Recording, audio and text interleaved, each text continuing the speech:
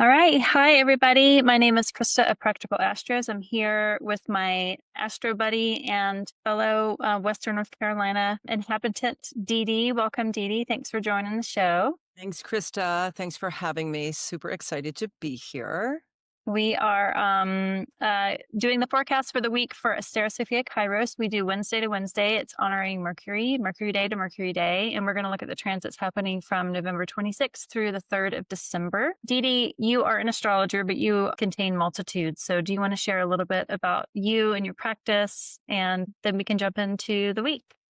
Sounds like a plan. Yep, I'm an energy medicine yoga teacher, which is really the passion and the place of spirit for me. And interwoven in that practice that I teach, I also use astrology sort of to looking at the forecast, looking at what's happening. I like to use the moon to sort of guide my thinking, the daily moon, on what the practice is going to look like. I also offer services in readings, but I also offer services in brain spotting, which is a form of EMDR work if you're working with any trauma or anything that's sort of stuck in the body. And so I'm now sort of blending astrological readings with brain spotting, which has kind of been really interesting. So Yeah, you that's got cool. All right, this is us. And we have already looked at the first couple of weeks of November. November has been quite a lot, heavy load, astrologically speaking. And we are looking at the transits down there on the bottom right. So we'll look at Venus trine Saturn, then Saturn going direct in Pisces, Mercury going direct in Scorpio, Venus opposite Uranus, Venus going into Sag, and then Venus sextiling Pluto. So kind of a blend, still very, very watery. Plenty of water trines still in the sky happening. So the first one we look at is for Wednesday, the 26th, which is the beginning of the week, where we have a lovely Venus trine Saturn. So I'm going to hand the mic over to you, Dede, and you can just bestow us your wisdom on how you view this transit in particular. Thank you. It's so exciting for me when I get to write down and sort of open to the channel and ask Hermes to sort of guide me. So I'm actually a little bit of a storyteller. So that's the way that I will do my delineation. So here we go. Venus in Scorpio, trining Saturn in Pisces. Venus, that cold and moist planet, seeks to grace whomever she comes in contact with. And with Venus, she had that long journey in her air temple of Libra. She was infused with right thoughts of justice and calling for diplomacy. She is love and devotional in nature. Her creative influences draw people to be creative and forgiving. She left that cerebral part of her that was well-resourced from that cardinal modality as the one who initiates to the fixed temple of Scorpio, Mars, feminine, and yin. There is always something uncomfortable when a planet visits a place of exile and detriment, as though the clothes they wear don't fit, and in her case, fit that sensuous body. Water has a way of creating ripples in the current, so Venus here needs more support because the waters of Scorpio are dark, and much like the bogs of the cranberries that I used to pick up in New England. Well, today she is receiving and meeting Saturn by superior trine. As the benefic of the night sex, she finds herself in her own decan. So she has this power, or maybe self-possessed nature, if you will. She has permission to create and to use some of the dignity here, as Saturn's bound allows her to find some structure, to bring the devotional side of herself to form. Saturn demands a calibration of sophistication, of hard work, something that is earned, not just given. She may experience a dignity more refined and boundaried and selective, if you will. She walks to the door today, and there is a special embrace for her there, a relationship where Saturn is exalted in one of Venus's temple of Libra, and he sits in the waters of Pisces, where she is exalted like a queen. Venus in her exile in Scorpio glows from the chambers of water, well hidden, sexy in nature, wanting to pulse to rhythms only the underworld can hold. She has been initiating others in this erotic temple where taboos are awakened.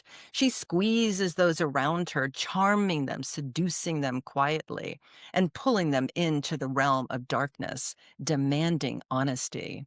Her superior trine here offers a helping hand to Saturn, who is gathering the whale bones of the sea, the creatures that dance in our dream time and the night realms, the illusions, the mystical parts of the sea. That's what fairy tales are made of. Saturn is putting an end to something and then accessing, remaking, or maybe to cycle here to seek truth and honesty. He has gone back to the waters, the Piscean waters, to float, much like the Red Sea, feeling the element of water where he might be gathering insight.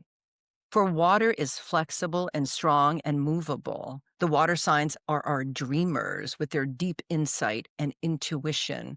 Water signs are sensitive and introspective. It's where the emotional undercurrents reside. You know, when you're out in the ocean and you get caught in the riptide, do you know what they say? Just swim with it. Otherwise, death comes for you and pulls you to the depths of the waters where lost souls are buried. Again, stories are built on those archetypes. I see this trine as fluid in emotional resilience, sobering in nature, structure within the creative temple of the sea, a glimpse into the fears, and Saturn lends determination and allows the emotional intensity to be held. Maybe truths are spoken. Maybe there are feelings of nostalgia for something transforming into emotional catharsis. I feel like I should just do this. That was badass. That was awesome. Saturn gathering the whale bones. Like, to me, that is just gorgeous. That is absolutely gorgeous. Thank you. Welcome. You're welcome. There we go. It's just like, here it goes. Mm-hmm. Shall we move to Saturn going direct? Yay. Yay. So the next day, on Thursday, on Jupiter's day, Saturn and Jupiter's temple of Pisces goes direct. Okay, here we go. Saturn goes direct in Pisces. The quintessential turnaround, or a flip turn if you're a swimmer, that's when the swimmer gets to the wall and flips quickly. However, we are talking about Saturn, the god of the wall. That swimmer is not going to flip quickly, but instead will feel the texture of the wall, the strength of the wall, the immovable wall. He is the wall. This Saturn is ruled by an exalted Jupiter who is floating in that flotation tank. And in this water tank, he is not linear. He is self-reflective, gaining insight, watching the underwater sandcastles fall away. Zeus Jupiter wants cohesion, universal law, buoyancy, expansion, good fortune for the heavens to be right and just. There is faith here, maybe a fellowship of the self, as though he is gathering wisdom in his reflective state. He is able to feel the jewels and see the jewels of the ocean floor where moonstones are covered with the sands of time. Thoughts of what nurture him, what hopes and dreams does he have? Where can he course correct on the collective level?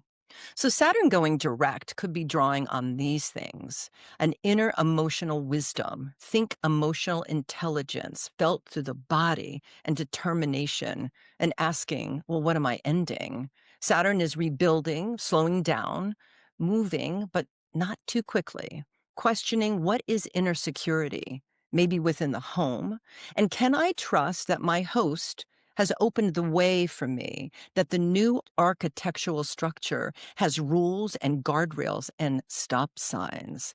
Saturn as the old teacher who brings lesson plans, wants stoicism and hard work, the grind of learning, solitude and quietude. He wants distance from his students, so a mere glare from him to his subjects is felt deep into their bones. Now, Jupiter Zeus, the prophet, the guru, the wisdom seeker, the cosmic librarian, is writing out a new narrative, using the old but bringing the new paradigm.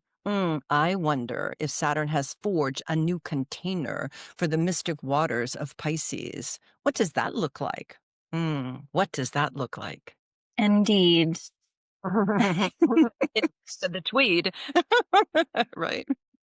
Yeah.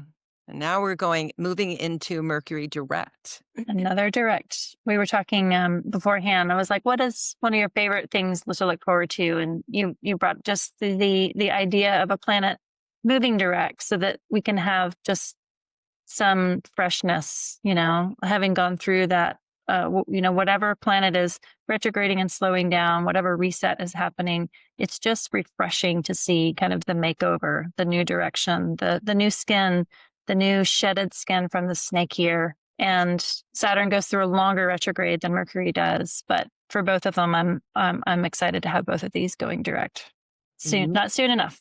Exactly, exactly. So here we go. Mercury goes direct. This is the planet of communication, of thoughts, of movement, of bargains. This is Hermes in the Tianguis of Mexico, of bartering, of the busybodies. Hermes is the courier, the critic, the psychopomp of diction, of speech, and articulation. He waded back into the waters of Scorpio, the bogs of time, and excavating the waters of the abyss. He has left a warm, sexy embrace with Venus, I'm sure after secrets were whispered and confusion was stirred. Now, Mercury in Scorpio opens up a negotiations, things that needed to be said but were difficult, hidden anger and resentment that need to be spoken. My friend who has this placement just said to me the other day, quote, I will never forget what that man said to me, unquote. I said, thinking, inability to let go of those intrusive thoughts or holding on to jealousy. Direct Mercury can speak with precision, much like the surgeon as she takes the scalpel and punctures the skin, dissection of what is hidden inside the body. Hermes will once again, December 10th, meet up with the opposition with Uranus. Water meets earth, the flood of emotions meet the steadfast roots of the trees. Where are we holding the wounds of the soul, and how do they manifest in the body? Mercury is hosted by Mars in Sagittarius, so maybe there is pressure for action, for meaning. We may see or experience the following. There may be a compulsion to dig into details of something, of some kind, to unveil truths, maybe where lies have been harbored. Mercury Hermes, a speedy planet, wants to unlock the underwater caves. When they meet up with Uranus, a new flexibility in thinking, or maybe a new development of a new system. They may have a hand in revealing some power and control issues or things coming into the light after he swims out of those underwater and meets up sextiling Pluto very soon. I love that. Yeah, your quote from your friend that has Mercury Scorpio, it reminds me of a phrase. It's given to the Irish, but you could give it to really a lot of different people. That the Irish forgive and forget, but never forgot they forgave. So I that love feels like Mercury Scorpio. I'm and she, like, yeah, and she's Irish Scottish, so yeah. oh, there you go. Yeah. Oh, nice redhead. Yeah. Same day, so just like a couple hours later, we have Venus opposing Uranus. And I will say, because you talked about Mercury opposing Uranus December 10th, as we record, Mercury and Uranus are in opposition right now.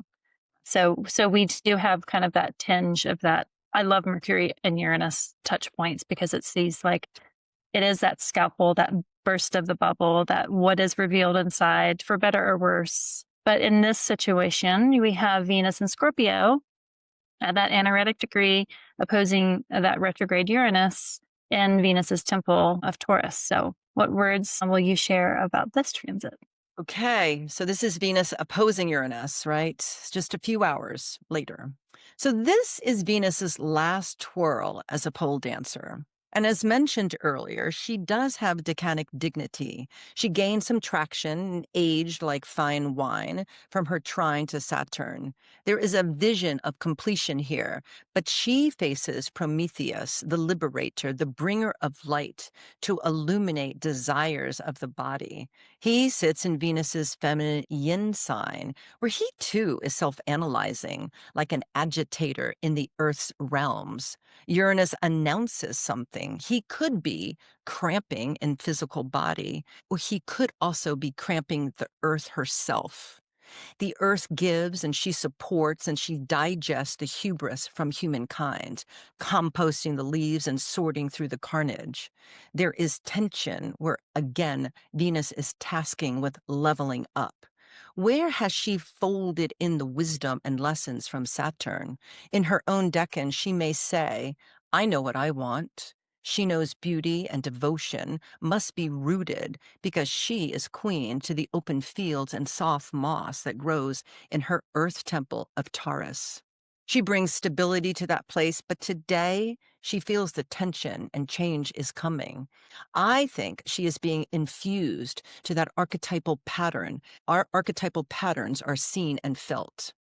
Adam Ellenboss, in his webinar just last week on Venus, said, "Love electrified, desires open pathways to awakening and unconventional bonds."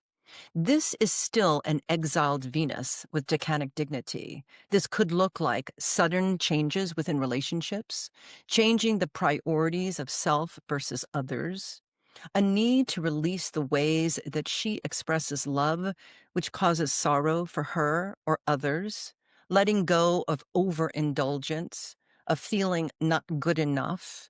Venus is ready to leave Mars's temple to extricate herself from those murky waters, as though she's looking for the escape valve of the submarine. And then from there, she goes directly into Sagittarius. Here she goes. There we go. That pole dancer. So now Venus now enters the fire temple of Sagittarius, which is a Jupiter ruled temple, right? The door is open into the bound of Jupiter, the triplicity of Jupiter, and an exalted Jupiter in Cancer is ruling this place. She immediately comes under the beams of the sun. And when the goddess of love, relationships, and harmony, of devotion and art and beauty and soft linens, silk scarves, meets in Jupiter's sign, there is mutable fire and exuberance. It's the archetype of the explorer, of the sage, of the wisdom holder. This is the temple that asks us, what do you believe is true and just? How do you bring your passions of courage and compassion to the collective? How can I serve and be beholden to the other, which is always Venus's jam? Venus finds new experiences, optimism. She can be a little tactless here, a little unreliable maybe in her thinking or what she's doing. It's though the winds of fate amongst the fire, and if it's in the fields, can spread, and then the realization that things are out of control. There's opportunities for creative endeavors here. Maybe too many projects getting started. Venus can be overindulgent, wanting too much, spending too much, eating too much, playing too much. Is that such a thing, to play too much? But Jove can lend itself to pure optimism, and Venus, still in the flames of the sun for a bit, can mismanage what she values. Fire signs can extend their own eclipses, if you will. They can be overly enthusiastic, overly impulsive, looking on the bright side even when it's cloudy. The world is their oyster, and then some. So within hours, Venus sachets into Sagittarius, and then she finds her sextile to Pluto. Should we go into that? Yeah, because this happens once she moves into Sagittarius, she's within it's like less than 2 degrees. So Venus moves so quickly that those quicker moving planets, they're applying that hopeful aspect. So I think as soon as she moves into Sag, it's game on.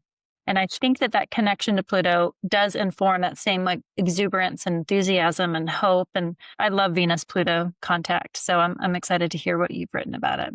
Okay, and it's that sextiles. As Venus sachets into Sagittarius, she sextiles, literally has a superior sextile with Pluto, the god of the underworld. The sextile is the kiss of Venus, of ease in relationships. Pluto embedded in Saturn's temple of fixed air Aquarius, of thought, of what is the greater wisdom, what is best for humanity. Venus who speaks to the other. She brings fire to air, applying for a few days. That is mutable fire to a fixed air. So fire brings stimulation, firing up passion and ideas. She lends herself through intuition of fire, as these two elements can express words and ideas and shared interest. There could be intellectual curiosity here based on relationships. I took this quote from Ren Butler's book, Archetypal Astrology. And in this combination, he says, the feelings of love and attraction deep, intense passion, an instinct to approach dark or heavy situations with grace and kindness, profound artistic gifts, creative potential, primal art and beauty, and healing beauty. I can't help but think that Pluto is in a Saturn ruled sign, and Saturn just went direct within this week in Pisces sign. So this is Jupiter, a retrograde, rules Pisces right now. So Jupiter is in Cancer. They're literally speaking to our bodies, the mother archetype, our home. What are our beliefs around what home is? While Venus in Sagittarius is reaching over to the god of the underworld, asking to reveal the power struggles of control, and a very Saturnian sign that rules traditionally detachment, objectivity, and Pluto, the reformer, digs into the unknown, guiding us through cycles of transformation to face what is hidden and excavating the mind's eye to rebirth new ideas of change. So Pluto waits with stealth and force and reveals the shadow of the collective and the glimpses of rebirth. There is change. It's slow and steady. Again, Ren Butler said this: Venus Pluto transits help people face and clear out issues around jealousy and betrayal and sexual abuse from the past, also bringing the elements of love and kindness to the death and rebirth process. So I thought about this after I wrote this, Krista. I thought about all of this and I thought, what can I lend as a yoga teacher, as somebody who works in somatics and thinking about this time on the collective level as well as personal level.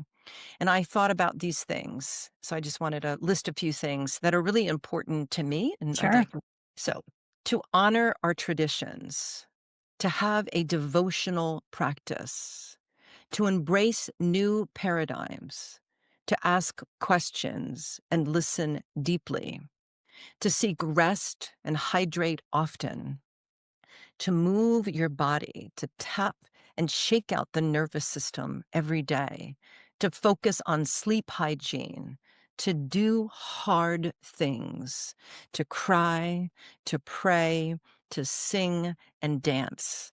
And at least once a day, just let your mind rest.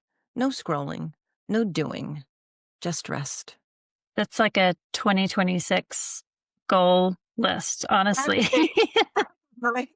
I mean, it's really to me, it's like this is kind of a daily habit, but Hmm. super important for me anyway, that I write these things down Yeah. because I write them, I see them, and they become part of my daily thinking about things. And when I'm off Hmm. races, when I'm behind that 8 ball that we talked about earlier, I have to take a moment. I have to put that phone down. I can't get caught up, and I'm like, okay, have I listened deeply when someone's Yeah. right? So these are just things that I like to say in terms of, how do you not mitigate, but remediate, maybe is the word. How do you work with the energies and how do you still stay true? Because the iteration is happening, right? The planets are doing their thing. Hmm. Here we are, the collective. There's this big iteration that's going on. And of course, we see this collectively as well as what's happening. So, yeah. Yeah. And I think it has to do with, like time moves on anyway, right? And that feeling of can't catch up or you're behind the 8 ball. On one hand, it's like we don't have to catch up. There's no catching up to it. But I think the desire to want to do the things, take care of the self, is because those things remind us of the meaning of why we live life. Like we want to listen to this book, or we want to attend this community gathering, or we want to make this recipe, or we want to watch this movie. And it's because we want to connect. And I think that the desire to connect in all of these different ways through divinatory work and through community and through culture and through literature and experience and food and all of that. It's the desire to want to connect in all these ways, but that in itself can become so overwhelming that we feel like we're failing by falling behind.